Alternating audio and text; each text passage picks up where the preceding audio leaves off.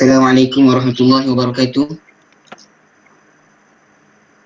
Allah, pada malam ini dengan keberkatannya kita telah berkumpul sama-sama untuk meraihkan majlis kita pada malam ini, iaitu ceramah Isra Mi'raj yang akan disampaikan oleh Ustaz Adam. Jemputlah kepada semua murabi, para pelajar serta guru-guru dan ibu bapa untuk turut serta dalam program ini. Dan seterusnya, tanpa membuang masa, saya menjemput penceramah kita iaitu Ustaz Adam Amin untuk mulakan. InsyaAllah.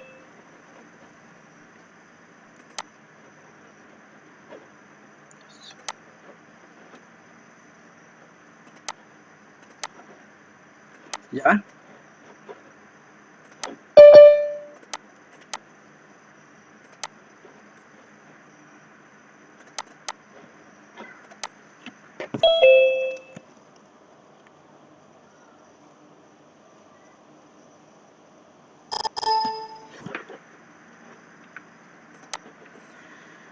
Bismillahirrahmanirrahim. Alhamdulillahirabbil alamin wassalatu wassalamu ala asyrafil mursalin wa ala alihi wa sahbihi ajmain.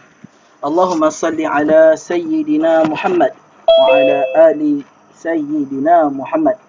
An-nuru zati wa sir asari fi sa'ri asma'i wa sifat. Wa bishrah li sadri wa yassir li amri wa hlul 'uqdatam min lisani yafqahu qawli. Amma ba'd. Terima kasih kepada pengurusi majlis iaitu Ustaz Ashraf Ali, yang saya hormati para asatizah, para alim ulama yang bijak pandai, para hadirin hadirat, dan juga tidak dilupai para pelajar yang Ustaz kasihi dan rindui. InsyaAllah dalam kita mengisi waktu di antara maghrib dan isyak ini, insyaAllah kita akan ada perkongsian berkaitan tentang Isra dan Mi'raj Nabi Muhammad sallallahu alaihi wasallam. Sebagaimana firman Allah Subhanahu wa taala, "Ba'da a'udzubillahi minasyaitonir rajim. Bismillahirrahmanirrahim. Subhanalladzi asra bi'abdihi lailan minal masjidil haram ilal masjidil aqsa alladzi barakna hawlahu linuriyahu min ayatina innahu huwas samiul basir." Allah berfirman di dalam surah Al-Isra pada ayat yang pertama, Maha Suci yang memperjalankan hambanya yakni Muhammad sallallahu alaihi wasallam pada malam hari dari Masjidil Haram yakni di Mekah ke Masjid Al-Aqsa di Palestin yang kami berkati sekelilingnya. Yang kami berkati ini maksud dia berkati di kawasan Masjid Al-Aqsa, ya.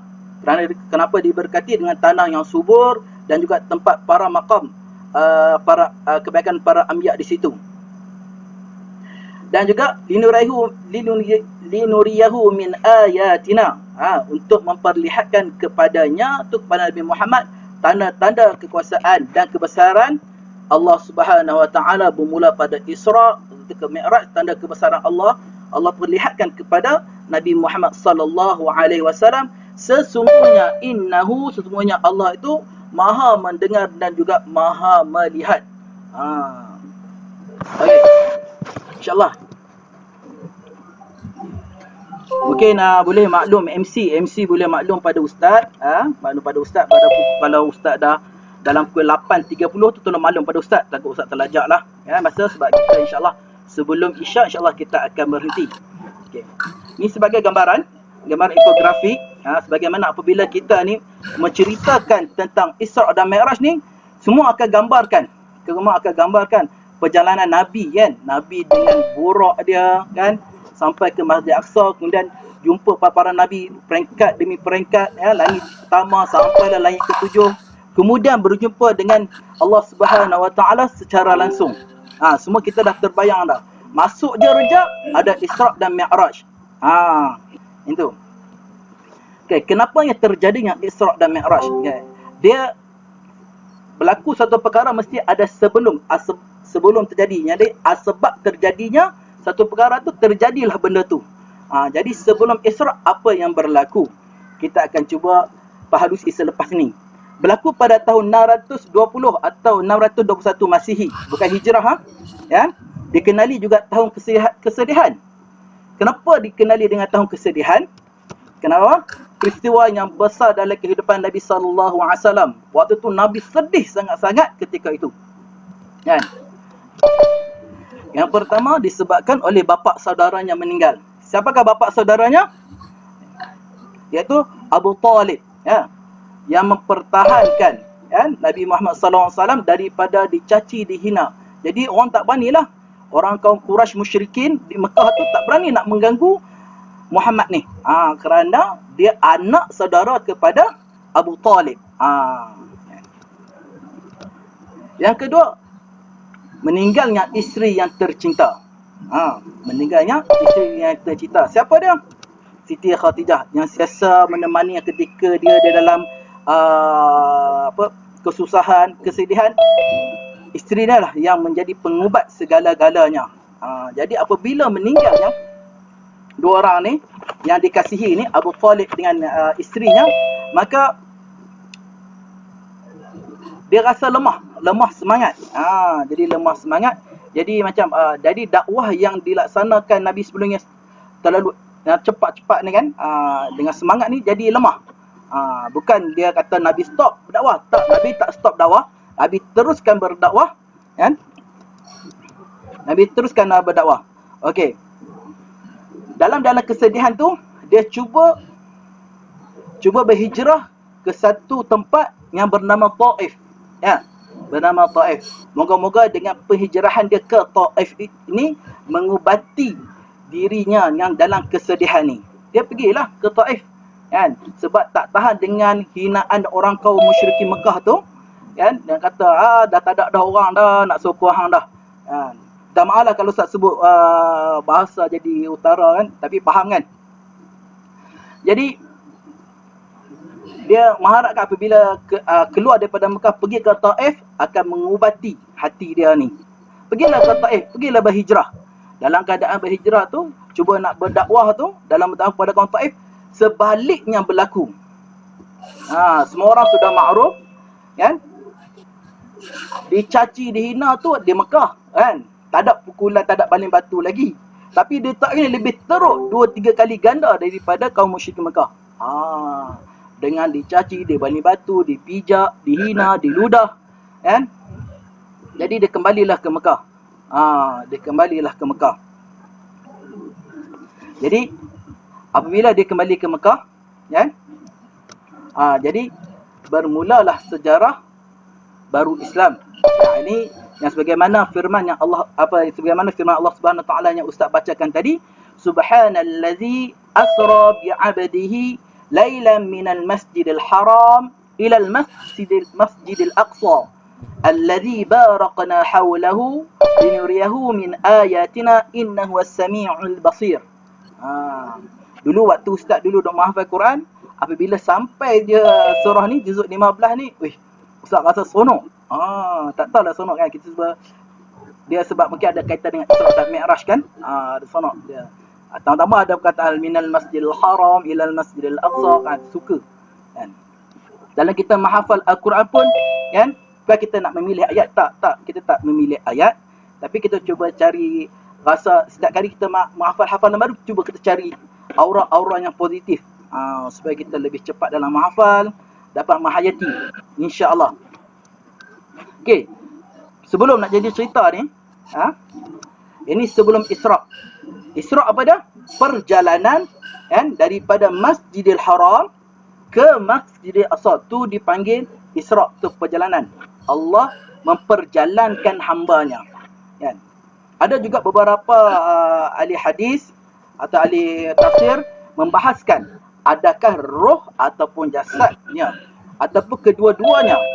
Ramai yang bersepakat, kan, bi'abdih dengan hambanya tu bermaksud dengan memperjalankan diri, jasad dan roh Nabi Muhammad sallallahu alaihi wasallam. Okey. Sebelum jadi itu, tak jadi cerita, berlakulah pembedahan. Berlakulah pembedahan. Jibril alaihissalam turun, kan, nak mengajak Nabi sebelum nak bergerak ke Isra', Nabi dia belah dadanya. Dia belah dadanya, kan? Dicuci dengan air Zam-Zam, kemudian disirami dengan satu isi apa yang dibuat daripada emas, yang dalam tu ada hikmah dan iman, dituang ke dalam dada Nabi Muhammad sallallahu alaihi wasallam. Okey, di dalam sepanjang ceramah ataupun tazkirah yang ustaz akan sampai ni, sekiranya ustaz sebut sallallahu alaihi wasallam, jadi marilah kita sama-sama membalasnya dengan sallallahu alaihi wasallam. Janganlah kita menjadi seorang yang takabur, ya. Ya, insya-Allah. Okey, peristiwa pembedahan dada baginda sallallahu alaihi wasallam, dia ada beberapa yang sebelum ni kita pernah belajar sejarah pembedahan dia untuk sebagai maklumat. Iaitu pertama ketika dia berumur 4 tahun. Ketika tinggal dengan Halimatus Sa'adiyah. Iaitu kedua ketika 10 tahun sebelum memasuki akhir balik. Umur balik dia nak jadi mukallaf, sebelum menerima wahyu kenabian, Nabi bermimpi dahsyat yang dada yang dibedah. Okey. Dan yang keempat, sebelum memulakan perjalanan Isra'. Ni semua ni ada dalam hadis riwayat Imam Bukhari, insya-Allah. Selesai pembedahan, didatangkan binatang yang bernama buraq untuk ditunggangi oleh Rasulullah sallallahu alaihi wasallam. Okey. Di dalam kitab Tafsir Jalalain, ya. Tafsir Jalalain, bila kita masuk Tafsir Jalalain tu, muka surat juzuk yang ke-15 tu, bila Tafsir Jalalain dia membahaskan satu ayat tu, subhanalladzi sampai habis tu, panjang dia letakkan hadis dalam tu. Ustaz ambil separuh daripada tu, kan, aku diberi buraq. Nabi kata, aku diberi buraq adalah seekor haiwan yang berbulu putih, tingginya lebih dari keldai, akan tapi lebih pendek dari baral. Dia besar sikit. Bila ia terbang, kaki depannya dapat mencapai batas pandangan mata. Masuk pandangan mata ni apabila kita duduklah, katalah kita duduk di tengah jalan, kita nampak ke hujung sekali tu, kan? Ke hujung sekali tu. Kat situlah maknanya sekali kita tengok hujung tu, sekelip mata kita sampai sana. Tengok hujung sana tu, sekelip mata dapat sampai sana. Contohlah kita daripada kelas A, kelas nombor 1, kita nampak paling hujung kelas nombor 20. Sekelip mata sampai ke sana. Daripada 20 sampai ke 30. Sekelip mata. Insya-Allah. Lalu aku menaikinya dan ia membawaku hingga sampai ke Baitul Maqdis. Baitul Maqdis. Insya-Allah. Ini panjanglah hadisnya. Cuma ustaz nak ringkaskan sebab masa kita tak terlalu panjang, kan? Okey, jadi bermulalah perjalanan luar biasa ini, dinamakan Isra'. Dinamakan Isra'. Okey, seterusnya. Kenapa ada tulisan?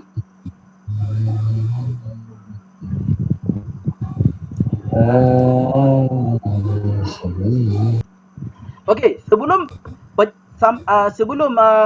ketika dalam perjalanan Isra' daripada Masjidil Haram ke Masjidil Aqsa, ada tempat-tempat yang tertentu yang di mana Jibril berhenti situ dan meminta Rasulullah sallallahu alaihi wasallam untuk solat di situ, kan?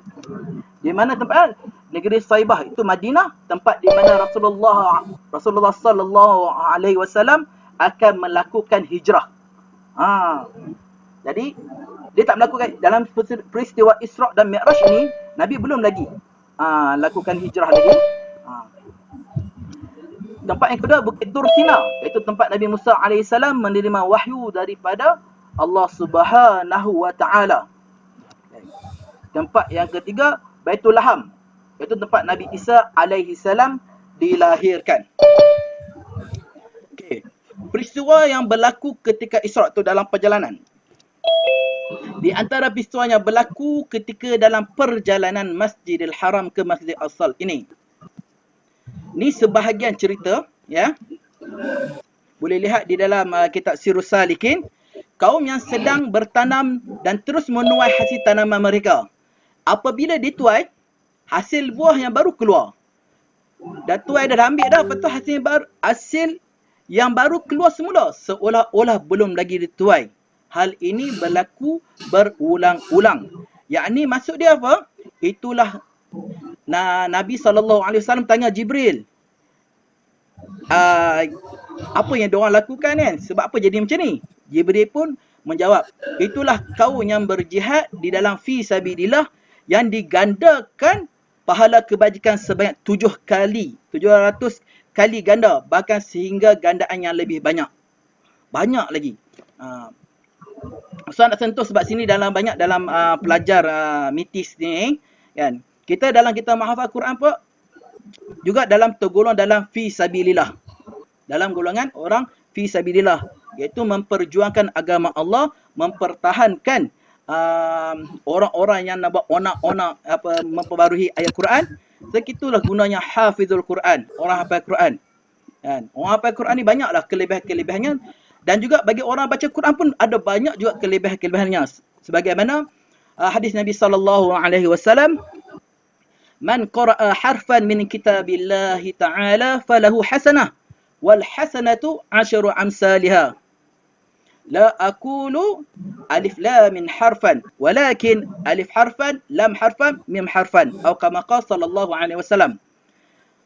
Nabi bersabda apa? Nabi bersabda, barang siapa yang membaca satu huruf daripada Al-Quran, Allah memberikan satu ganjaran, yakni satu kebajikan, satu pahala kepada orang yang membaca itu.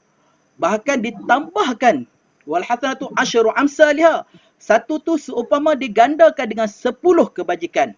Nabi sabda lagi selepas tu. Nabi kata, aku tak kata alif lam mim tu satu huruf, tetapi alif tu satu huruf, lam satu huruf, mim satu huruf. Mana kata kalau kita sebut alif lam mim, dah 3 huruf di situ, kita dapat 30 kebajikan. Allah Allah Allah, kan? Okey, seterusnya tempat yang berbau harum. Jangan tengok minyak wangi perfume ni kan. Okey. Ustaz tak letak di Zandra ke kan? Tak letaklah kan. Tak apa, tempat yang bau harum kan. Nabi SAW lalu itu tempat tu bau harum. Dia tanya Jibril AS, wahai Jibril, kenapa bau harum ni? Bau merbak harum ni. Masya-Allah kan. Jibril kata, inilah bau kubur makam Masyitah. Iaitu siapakah Masyitah ni? Masyitah ni adalah orang yang menyisir rambut puteri Fir'aun laknatullah. Okay, siapa yang jadi co-host ni boleh mute suara yang lain kepada Ustaz. Yang? Maaf ya Ustaz, lambat. Tak apa, mute je. Allahumma salli ala sayyidina. Dah hilang. Okey, insya-Allah. Jadi bagi siapa yang bagi Masyitah ni, siapa Masyitah ni? Masyitah ni adalah orang yang menyisir rambut atau menyikat rambut puteri Fir'aun laknatullahi alaih. Kan? Ketika tengah duk menyisir, tiba jatuh, sikat tu jatuh ke bawah, secara automatik spontan Masyitah menyebut Allah. Ada yang mengatakan bismillah, kan? Yang penting kalimah perkataan Allah tu ada. Puteri Fir'aun ni tanya, "Hei Masyitah, apa tu Allah? Benda apa tu Allah?" Dia push Masyitah. Masyitah ni adalah seorang hamba. Kau hamba kena ikut cakap aku. Puteri ni kata, bagi tahulah, bagi tahu. Okeylah, dia beritahu, kan? Allahu Rabbi. Allah tu adalah Tuhan aku. Allah tu adalah Tuhan aku. Dengar saja tu, puteri tu terus lari ke Fir'aun, ke bapa dia, beritahu apa yang Masyitah telah laksana, apa Masyitah lakukan selama ni. Rupanya dia dah beriman. Beriman ketika tu nama Nabi Musa. Zaman Nabi Musa. Okey. Allahumma salli ala Sayyidina Muhammad. Fir'aun pun panggil lah Masyitah kan, dengan keluarga dia semua. Tanya dia betul ke? Dah betul tu, kata apa Masyitah memang kata Allah tu Tuhan, Allahu Ahad, Allah Maha Esa.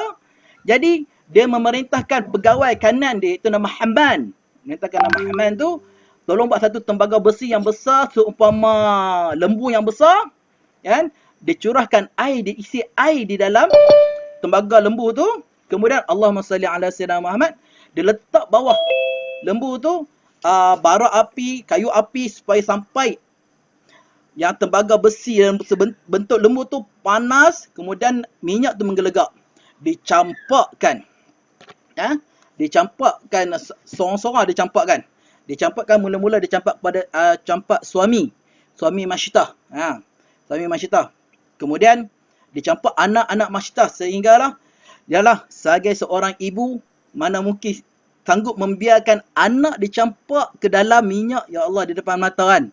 Hati ibu mana yang kita yang dah ada anak pun kata ya Allah ya Rahman ya Rahim kan, rasa sedih kan. Tapi ketika tu memang Masyidah tu dah rasa nak akur kata Fir'aun itu adalah Tuhan kan. Tapi Allah Subhanahu Wa Taala membuat anak yang baru anak terakhir nak lempar yang baby ni, nak lempar ke dalam minyak yang melegak tu, secara spontan baby tu berkata, sabarlah wahai ibuku, sabar ibuku, sesungguhnya kita di dalam pihak yang benar. Wahai ibu, masuklah kerana sungguhnya seksa dunia lebih ringan daripada seksa akhirat. Dan itu sebab kubur dia bau harum, masya-Allah. Okey, seterusnya. Sekumpulan orang yang sedang memecahkan kepala mereka, setiap kali dipecahkan kepala mereka sembuh kembali. Lalu dipecahkan pula. Demikian dilakukan berkali-kali. Kan? Nabi lihat, Nabi tengok. Siap Nabi dia, wahai Jibril, masuk ni wahai Jibril. Jibril pun memberitahu, itulah orang-orang yang berat kepala mereka untuk bersujud kepada Allah Subhanahu Wa Taala. Yakni untuk solat. Bukan solat sunat ke apa, ini solat wajib yang diwajibkan kepada kita, yakni berapa? 5 waktu sehari semalam. Jadi insya-Allah moga kita dapat iktibar kan. Kita boleh lihatlah, kita janganlah mencuba. Kita boleh lihat nak pecah sakit, nak kata pecah kepala ni kan. Sakit sungguh. Nauzubillah lah, moga kita tak tergolong daripada orang-orang yang demikian insya-Allah. Sekumpulan orang yang hanya menutup kemaluan mereka kubur dan dubur dengan sejepit kain. Mereka dah halau seperti binatang ternakan, mereka makan bara api dan batu dari neraka jahanam. Mereka ini dikatakan apa? Itulah orang yang tidak mengeluarkan zakat harta mereka. Zakat harta mereka. Seterusnya, satu kaum lelaki dan perempuan yang memakan daging mentah yang busuk sedangkan daging masak ada di sisi mereka. Mungkin semua orang boleh makruf, boleh faham. Ini adalah lelaki dan perempuan yang melakukan zina, sedangkan lelaki dan perempuan itu masing-masing mempunyai isteri dan suami. Ada satu syair. Ustaz teringat ada satu syair dalam kitab Allahumma salli ala Muhammad, dalam kitab Balaghah. Ustaz tak ingat permulaan macam mana. Kan? Dalam kitab Balaghah, siapa yang belajar Balaghah, dia syair dia bunyi macam ni. Allahumma salli ala sayyidina Muhammad. Allah fanadharatun fabtisamun fakalamun itu faliqaun fazinaun. Maksud dia apa? Mula fanadharatun, mula-mula kita lihat. Tak kisahlah laki perempuan, kita lihat jeling menjeling. Jeling menjeling lah. Kemudian fasalamun, kemudian memberi salam. Yalah, lepas salam, assalamualaikum. Hai awak. Kan. Tu fakalamun, mulalah bercakap-cakap. Mungkin kita boleh cuba kaitkan dengan dunia sekarang tu, yakni dengan kita tengok di Facebook ke mana, kemudian kita bagi salam, kemudian kita mulalah berkata-kata. Kemudian buat faliqaun, yakni membuat temu janji. Kemudian na'udzubillahi min zalik fazinaun. Maknanya berlakulah penzinaan di situ. Itulah step by step. Na'udzubillah, moga-moga kita tak tergolong daripada orang-orang yang seperti itu. Amin ya rabbal alamin. Lelaki yang berenang dalam sungai darah dan dilontarkan batu. Ini orang apa? Ini adalah orang-orang yang memakan riba. Riba. Ya? Na'udzubillah lah. Ya, lelakinya menghimpun sebekas kayu dan dia tak berdaya memikunya, tapi ditambah lagi kayu yang lain. Ini adalah orang yang tak dapat menunaikan amanah, tetapi masih menerima amanah yang lain. Amanah yang dipikul, yang ditanggung sekarang pun tak tertanggung, dia nak tanggungkan lagi. Okey, jangan letak ni, jangan nampak kayu yang angkat tu sikit, kecil macam ni. Besar kayunya. Okey.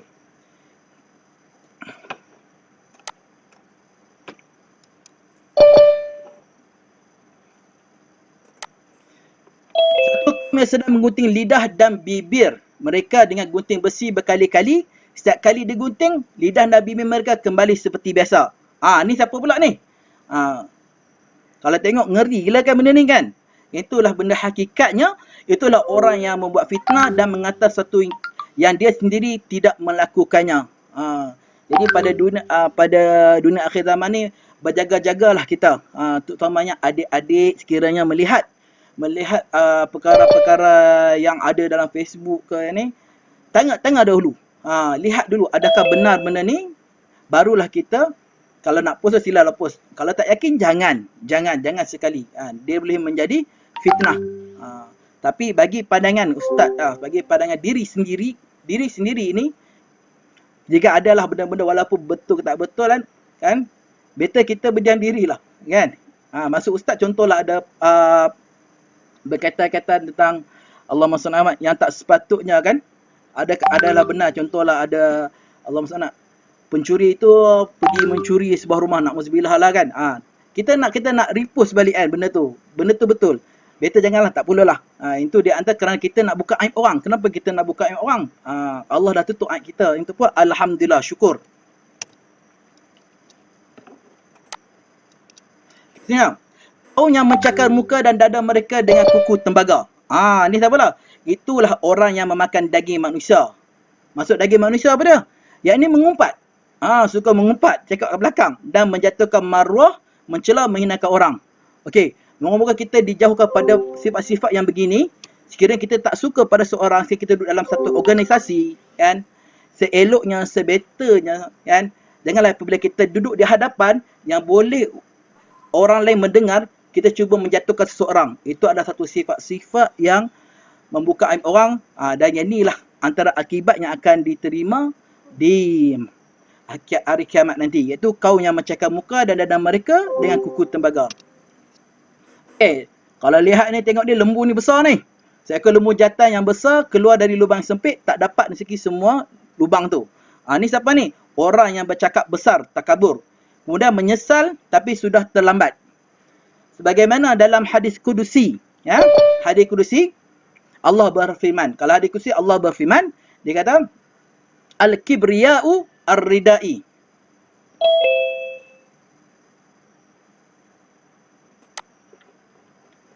Al-kibriya'u ar-ridai, iaitu sombong tu, bangga tu, takabur tu adalah selendang aku. Yakni Allah Subhanahu Wa Taala je yang boleh semua. Bukan nak kata Allah Subhanahu Wa Taala sombong. Tak. Nak kata kita ni tak layak. Kita ni siapa? Kita ni siapalah kita ni. Okay, seterusnya. Seorang perempuan dengan dulang yang penuh dengan pelbagai hiasan, Rasulullah SAW tidak memperdulikan. Kan? Ni sebagai contoh, jangan tengok orang pula kan. Ini itu adalah dunia. Jika Rasulullah SAW memberi perhatian kepadanya, nescaya umat Islam akan mengutamakan dunia daripada akhirat. Jadi Nabi tak lihat waktu jalan kat Baitul Isra' tu, nampak je perempuan dengan dulang yang penuh ni, Nabi tak tengok. Nabi tengok, jalan terus lah. Kemudian seorang perempuan tu duduk di tengah jalan dan menyuruh Rasulullah SAW berhenti. Rasulullah SAW tidak menghiraukannya langsung. Ni siapa pula? Jibril kata, inilah orang yang mensia-siakan umurnya sampai ke tua. Daripada muda sampai kedua, sampai dia mula-mula dia dah balik, sampai dia kedua, dia goyang kaki je. Dia tak solat, dia tak beribadah. Ibadah dalam konteks yang luas lah. Selain pada solat lah. Jadi dia mensia-siakan hidup dia. Yang dia nampak untuk kerja dunia aja. Na'udzubillahi min zalik. Seorang perempuan bongkok 3 menahan Rasulullah SAW untuk bertanyakan sesuatu. Tapi Rasulullah SAW teruskan perjalanan. Itulah gambaran umur dunia yang sangat tua dan menanti saat hari kiamat. Kita ni dah nak kata, boleh dikatakan dunia ni dah sampai dah ke penghujung ni kan. Cuma kita tak tahu bila lah nak sampai ke penghujungnya. Okay. Jadi, ada lagi beberapa kisah yang dalam peristiwa Isra' ni, kan? Allah gambarkan kepada Nabi Muhammad sallallahu alaihi wasallam. Ada banyak lagi beberapa kisah, kan? Jadi secara Ustaz cuba skip, okey? Sebab kita masa pun tak panjang. Okey. Bila sampai saja di Masjid Aqsa, kan? Nabi dengan burak tu ditambatkan. Burak tu ditambat di satu pintu bernama Morocco. Morocco. Kan, nama tempat tiang. Pintu tiang tu nama Morocco. Semua nabi-nabi yang datang ke situ, kan, ditambat tempat yang sama. Kemudian dia ada tali ikatan yang pegang buruk tu, dia ada satu panggil halaqah, itu satu ring yang di mana tali tu ditambatkan di situ. Orang senang cerita situlah tempat parking. Kalau kita tempat parking kereta, sana adalah tempat parking buruk dan kenderaan para anbiya yang lain. Jadi bila sampai di situ, Nabi diperlawa untuk menjadi imam kepada para anbiya dan para malaikat. Solat sunat 2 rakaat. Dan apabila sudah selesai, Nabi keluar saja daripada Masjid Aqsa, malaikat Jibril tunggu, ya. Dia memberi dua bekas cawan, yakni apa? Ada satu berisi khamar, yang kedua yang cawan yang kedua berisi susu, kan. So nak berjalan ni dahaga, kan. Pilih seumpama dahaga lah, kan. Dia tengok Nabi nak pilih yang mana, khamar ke susu. So Nabi Muhammad sallallahu alaihi wasallam mengambil cawan yang berisi susu. Allahumma sallam. Kalau susu tu, jadi Jibril alaihissalam, kan, kata mengucapkan tahniah kepada Nabi Muhammad sallallahu alaihi wasallam kerana memilih susu tu, kerana susu tu adalah fitrah. Sebagaimana kita ni baby yang baru lahir, kan, atau makhluk yang baru lahir ni, kan, baby yang lahir ni pun meminum susu, kan. Berkali hadis Nabi sallallahu alaihi wasallam, lahir seseorang itu dilahirkan di dalam keadaan fitrah. Fitrah bermaksud ini ialah agama Islam, yang membentukkan seseorang tu, anak tu menjadi Majusi, Nasrani, kan. Itu adalah ayahnya, ibu bapaknya. Okey. Kita nak masuk dah. Tadi daripada Masjidil Haram ke Masjidil Aqsa dinamakan Isra'. Sekarang daripada Masjidil Aqsa naik ke atas sampai Sidratul Muntaha dipanggil Mi'raj, ya, Mi'raj. Okey, ada beberapa peringkat yang sampai ni. Okey. Nabi pun naik ke lapisan ke atas. Tiap-tiap langit ni, sebagai ringkasan, Ustaz tak nak ulang. Dah.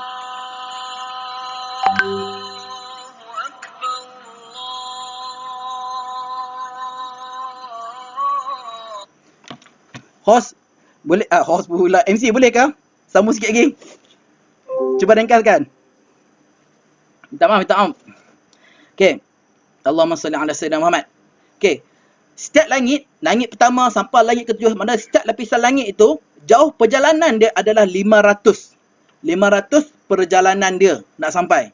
Okey. Sampai ke langit yang pertama. Langit yang pertama tu Jibril bawa dengan Nabi Muhammad sallallahu alaihi wasallam, kan? Dia ketuk pada langit pertama, ada malaikat, kan.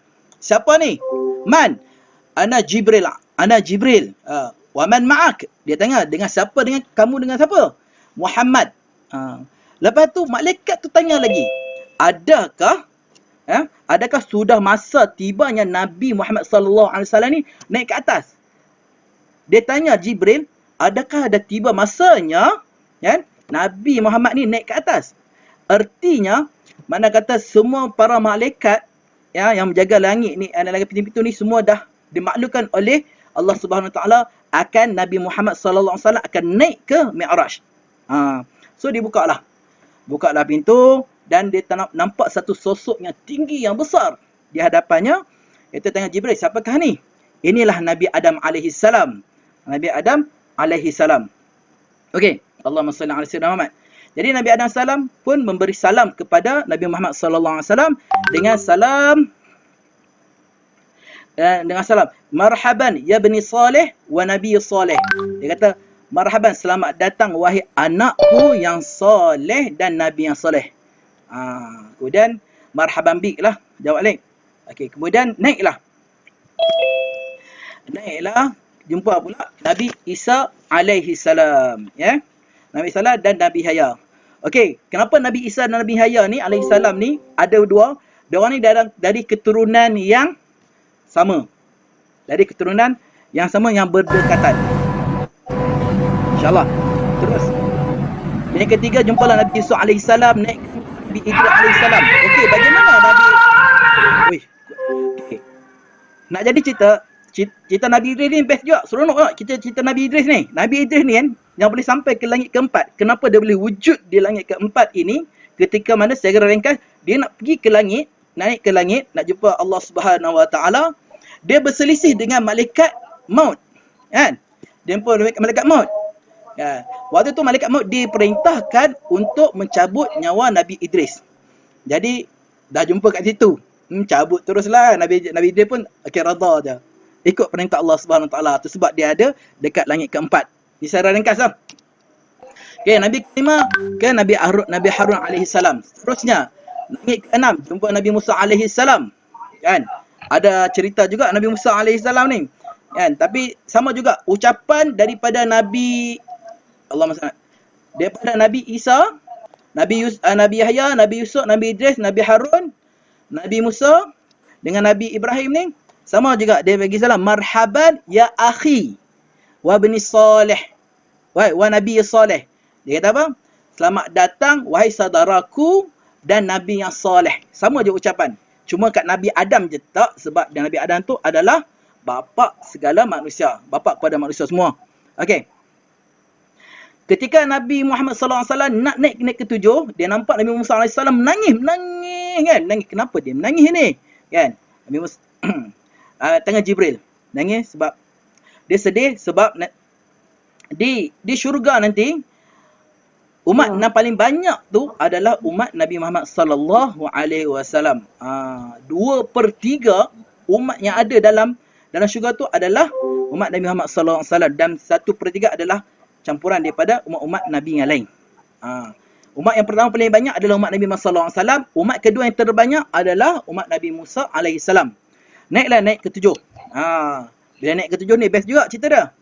Bila naik ke 7, dia naik. Itulah tempat, di situlah ada satu bangunan dipanggil Baitul Ma'mur. Baitul Ma'mur. Mana kata ni Kaabah, atas pada Kaabah tu naik ke 7 tu ada Baitul Ma'mur. Di situlah tempat tawafnya malaikat. Seramai 70,000 malaikat tawaf. Dan tawaf malaikat ni adalah sekali seumur hidup dia kat situ. Sekali je, kemudian dia khidmat tempat lain. Dari ramai-ramai yang tawaf tu, ada juga malaikat yang rukuk sampai ke hari kiamat. Ada malaikat yang sujud sehingga hari kiamat. Ada malaikat yang solat sehingga hari kiamat. Ya. Tapi Nabi Muhammad sallallahu alaihi wasallam terlintas, ternampak ada satu sosok manusia yang sedang bersandar. Dia sandar dekat apa? Baitul Ma'mur. Baitul Ma'mur. Malaikat lain beribadat, seorang tu je dia tak beribadat. Jibril tanya siapa tu? Itulah Nabi Ibrahim alaihissalam.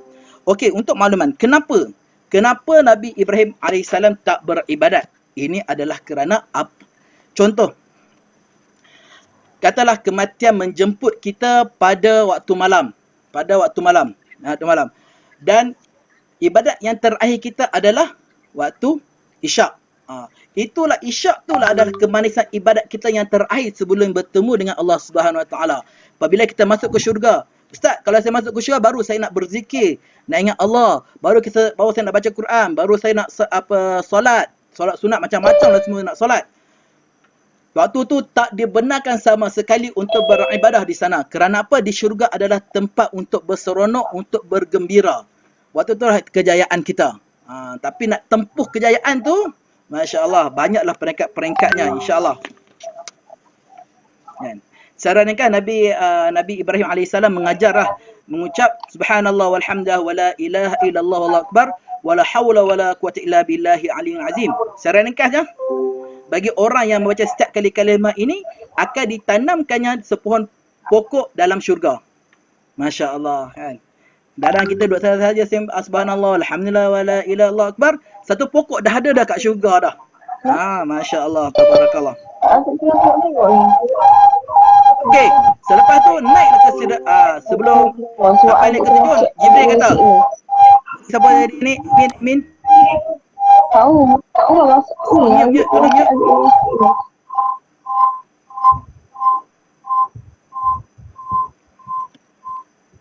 Tolong jangan buka dua video lah masa. Okey. Sikit lagi nak habis. Okey, bila sampai nak masuk Sidratul Muntaha, Allahumma salli ala Sayyidina Muhammad. Jibril kata, aku takat ni je boleh datang, boleh masuk ni. Sampai ke atas tak boleh dah. Ya, tak boleh kan? Sedangkan yalah dia orang ni Nabi Muhammad SAW dengan Jibril dah jadi kawan karib, kawan rapat dah. Seorang adalah penghulu malaikat, seorang adalah penghulu segala alam ni. Kan? Allah, kawan karib ni dah kena tak boleh naik. Dia kata kalau aku masuk saja jejak jalan kau ni, masuk aku akan hancur. Dengan nur Allah Subhanahu Wa Taala. Disampailah ke Sidratul Muntaha, Nabi masuk dalam keadaan tawaduk, menunduk kan. Kemudian Nabi pun mengucapkan di sinilah berlakunya terjadinya kita di dalam tahiyat kita ni. Jadi Nabi pun mengucapkan at-tahiyyatul mubarakatus salawatut tayyibatu lillah. Salam sejahtera yang penuh barakah dan salam sejahtera yang amat baik adalah milik Allah Taala. Situ. Kemudian Allah Subhanahu Wa Taala pun menjawab, Assalamu alayka ayuhan nabiyyu wa rahmatullahi wa barakatuh. Salam sejahtera, barakah dan rahmat Allah dilimpahkan kepadamu wahai Nabi Muhammad. Masya Allah. Kemudian Nabi nak kata Nabi bukan, kalau boleh dia tak nak dia dapat kebaikan seorang je. Dia balas balik, dia tak kata apa, dia balas balik Assalamu alayya, dia tak kata. Tapi dia kata Assalamu alayna. Na tu adalah satu domir nahnu, domir kami. Nak kata dia tak tinggal umatnya. Assalamu alayna wa ala ibadillahi salihin. Kesejahteraan semoga terlimpah kepada kami, semua hamba Allah dan hamba-hambanya yang soleh. Nak kata, jadi itulah cerita kisah sejarah bagaimana at-tahiyat di tahiyat akhir tu ada at-tahiyatul mubarakatus salawatut tayyibatu lillah. Sampailah Assalamu alayka tu sampailah ibadillah salihin, insyaallah. Jadi itu Allah perintahkan Nabi Muhammad sallallahu alaihi wasallam menunaikan solat sebanyak 50 waktu. Menunaikan solat sebanyak 50 waktu. Okey. Nakkan dah tunaikan 50 waktu, Nabi pun turun lah. Turun-turun, dia kena tahan dekat langit ke-6. Itu dengan Nabi Musa alaihi salam. Okey, boleh tahu tak apa yang sembang dengan apa dengan Allah Subhanahu Wa Taala tadi? Dia pun ceritalah, aku diperintahkan untuk aku dan umat aku untuk melaksanakan solat sebanyak 50 waktu. Oi, 50 waktu ni. Banyak juga kan. Nabi Musa AS berkata, pergi naik atas balik. Pergi naik atas, minta tolonglah diskaun, kata minta diskaun. Nabi pun sarankan pergilah minta diskaun. Turun balik, Nabi Isa tengok, kita dapat kurang 5 saja. Kita dapatlah 45 waktu. Nabi Musa AS mengatakan, kan, bukan kita nak melanggar perintah Allah, tetapi kaum aku, umat aku sendiri, iaitu Bani Israel, kan, dia pun tak mampu melaksanakan. Iaitu di mana ketika Nabi Musa AS tu, Bani Israel diperintahkan untuk solat sebanyak 3 waktu. Iaitu 2 rakaat ketika waktu pagi, 2 rakaat waktu tengah hari dan 2 rakaat ketika waktu petang. Yang itu pun tak mampu. Jadi Nabi pun berulang lah kembali, turun 5 kan, turun 5 sampailah ke 9 kali, kurang 45 waktu. Kan. Tinggallah 5. Nah, kemudian Allah Subhanahu Wa Taala menyatakan satu waktu yang dilaksanakan seumpama 10 waktu yang dilaksanakan. Dan juga dalam sebuah hadis di dalam kitab Fathul Bari, kan, menyatakan satu kelebihan umatmu wahai Muhammad, sekiranya kamu berniat untuk membuat kebaikan, Allah akan berikan ganjaran. Tak laksanakan niat nak buat kebaikan, Allah beri ganjaran. Masya-Allah, tabarakallah.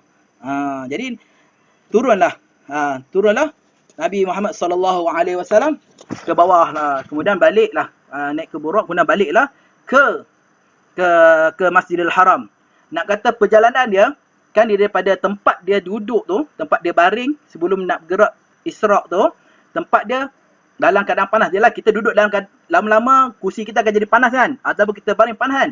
Nak kata dia balik tu sebelum tempat duduk dia atau tempat baring dia sejuk. Nak kata laju tak lajunya perjalanan dia. Kan? Okey. Jadi di sini apa yang istifadah apa yang kita dapat daripada ni, iaitu antaranya ya,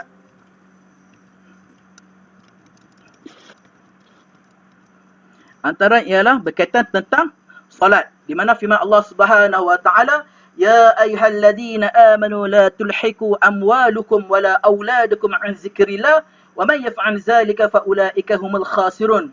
Wahai orang-orang yang beriman, ya ayyuhalladzina amanu, wahai orang-orang yang beriman, la tulhiku amwalukum, janganlah kamu dilalaikan oleh urusan harta benda kamu, wala auladukum, dan anak-anak kamu daripada mengingati Allah dengan menjalankan perintahnya, yakni solat. Dan ingatlah, wa man yaf'al zalika fa ulaika humul khasirun, siapa yang melakukan demikian maka mereka itulah orang-orang yang rugi.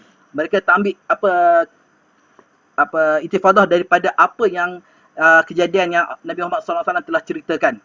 Sebagaimana hadis Nabi SAW, inna awwala ma yuhasibu bihi al-'abdu yawmal qiyamah min 'amalihi salatuhu. Fa in salahat faqad aflaha wa anjah, wa in fasadat faqad khaba wa khasira. Apa maksudnya? Perkara pertama yang akan dihisap pada diri seorang pada hari kiamat nanti adalah amal solatnya dahulu. Maka apabila solat itu benar, sempurna, maka baiklah solatnya. Maka dia dalam keadaan berjaya dan menang. Jika solatnya kurang, faqad khaba wa khasira, maka dia adalah rugi dan akan menyesal. Jadi solat ni kita tolong jangan kita tinggalkan, insya-Allah. Okey, cuma ustaz nak ada selingan sikit kan. Sebelum kita nak solat, kita perlu membersihkan diri kita dahulu. Cuma ustaz ada buat kajian, mungkin siapa yang lihat ni, para muslimin muslimat, hadirin hadirat yang dirahmati Allah, saya nak kongsikan di antara sebab saya buat kajian, mungkin ada orang tersilap faham kan, berkaitan tentang sebelum kita nak solat kita kena berwuduk. So dalam konsep berwuduk ni, saya tak nak cerita panjang bab wuduk, cuma saya nak tekankan berkaitan tentang niat wuduk ni. Niat wuduk ni ada pelbagai jenis. Nawaitu wudu'a li raf'il hadasi asghar lillahi ta'ala, nawaitu wudu'a lillahi ta'ala. Dalam bahasa Melayu pun tak ada masalah. Saja aku ambil wuduk kerana Allah Ta'ala pun tak ada masalah. Kan? Tapi persoalannya, di manakah tempat yang sesuai, yang sepatutnya dalam mazhab Imam Syafi'i, yang kita pegang pada mazhab Imam Syafi'i ini, kan? Kat mana kita kena niat? Kat mana kita niat? Sebab ada yang mengatakan kena niat sebelum kita nak basuh tangan. Ada yang niat sebelum kita tengah ambil air, tak ada air, nawaitu wudu' lillahi ta'ala, baru sabuk basuh muka. Yang mana yang sepatutnya, mana yang sebenarnya. Kan? Saya bawa beberapa kitab, caru kitab Al-Um, iaitu kitab untuk Imam Asy-Syafi'i, kitab mazhab Imam Syafi'i, kitab Akhyar, ya. Kifayatul Akhyar, kan. Yang bawah tu mungkin kita Al-Um ni tak jelas sangat, tak nampak, kecil, kan. Kalau di Kifayatul Akhyar ada memperjelaskan di sini, niat dilakukan ketika mencuci muka, iaitu ketika mana air sampai saja di muka. Kita tengok lagi kitab-kitab yang lain. Kan? Sirrus Salikin. Kan? Sirrus Salikin. Jika dilihat di baris yang kedua, diniatkan mengambil air sembahyang itu daripada mulanya membasuh muka itu, nescaya membasuh muka. Mana kata air itu sampai saja di muka, waktu itulah niat nawaitu wudu'a lillahi ta'ala. Semua juga dalam kitab-kitab yang baru lah ni kan. Ni matan Mufti Wilayah Persekutuan Datuk Haji Muhammad Hashim Yahya. Kan? Tempat niat dalam hati. Kan? Tapi disunatkan melafazkannya dengan lidah sebelum basuh muka untuk membantu menetapkan hati. Bila kita sebut nawaitu wudu'a lillahi ta'ala, itu adalah lafaz. Niat tu dalam hati. Itu masa niat bila? Ketika membasuh sebahagian daripada muka. Diwajibkan menyamakan niat ini dengan basuhan awal pada muka. Apabila kita basuh muka, sampai muka waktu itulah kita niat. Tak kisahlah jauh berapa lama pun kita basuh muka, panjang itulah niat kita. InsyaAllah, sekali je niat. Okay. Ni, okay. Kesimpulannya, Isra' dan Mi'raj adalah bukti kebesaran Allah Subhanahu Wa Taala. Bukti kebesaran Allah Subhanahu, kan? Mana kata Allah dapat memperjalankan hambanya dari sekelip mata pada waktu malam sampai ke langit ke-7, sampai jumpa Allah Subhanahu Wa Taala, kan? Kemudian Isra' dan Mi'raj ujian saringan siapa yang benar-benar beriman. Ketika dia balik saja, Nabi Muhammad SAW balik je kota Mekah, dia menyatakan dia pergi ke Masjid Aqsa, kemudian naik ke langit kan.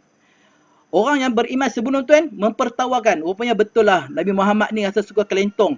Tapi bila orang tanya, pergi dekat dengan Abu Bakar kan, tengok, Sayyidina Abu Bakar, ya Abu Bakar kan, kamu percaya tak apa yang Nabi Muhammad katakan? Nabi Abu Bakar pun mengatakan, sekiranya Muhammad yang menyatakan ni, aku percaya. Kan? Di situlah dan mendapat gelaran Abu Bakar As-Siddiq, iaitu membenarkan. Kemudian poin yang paling penting di sini, cerita tentang sesaan, ganjaran semua ni, yang poin paling penting yang nak cerita sini, solat 5 waktu adalah hubungan yang rapat di antara hamba dan Allah Subhanahu wa taala. Okey. Secara kesimpulan itulah yang kita dapat kongsikan. Mohon maaf atas kekurangan. Ustaz cuba sebanyak beberapa yang Ustaz nak selitkan, tak dapat nak selitkan di sini. Antara kisah-kisah yang menarik ketika Nabi langit-langit tu. Tapi paling banyak cerita di Nabi Ibrahim lah. Paling banyak. InsyaAllah Ustaz mengharapkan apa yang kita dapat ni, apa yang baik tu daripada Allah Subhanahu wa taala, yang kurang, yang lemah tu adalah daripada diri Ustaz sendiri.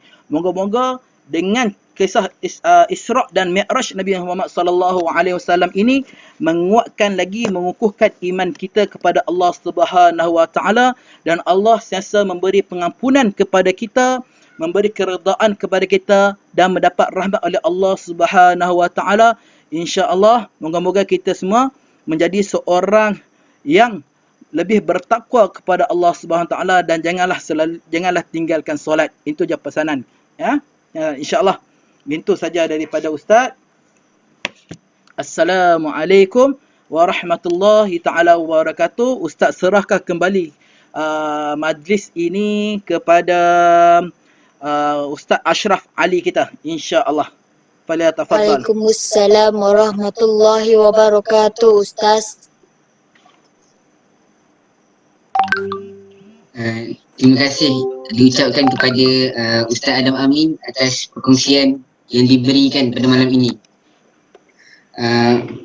Apa yang kita boleh ambil daripada ceramah malam ini adalah berlakunya peristiwa Isra' Mi'raj ini adalah pada tahun 620 atau 621 Masihi, dan perjalanannya sangat panjang tapi mengambil masa yang sangat singkat dengan menaiki seekor binatang yang bernama Buraq. Ya. Dan peristiwa ini disebabkan meninggalnya dua orang yang penting dalam hidup Rasulullah, iaitu bapa saudaranya Abi Talib dan juga isteri tercintanya Siti Khadijah. Nampaknya masa telah mencemburui kita. Kita tutup majlis kita pada malam ini dengan tasbih kafarah dan suratul Asr. Subhanallah. Bismillahirrahmanirrahim. Tasbih kafarah, subhanakallahumma bihamdika asyhadu an la ilaha illa anta astaghfiruka wa atubu ilaik.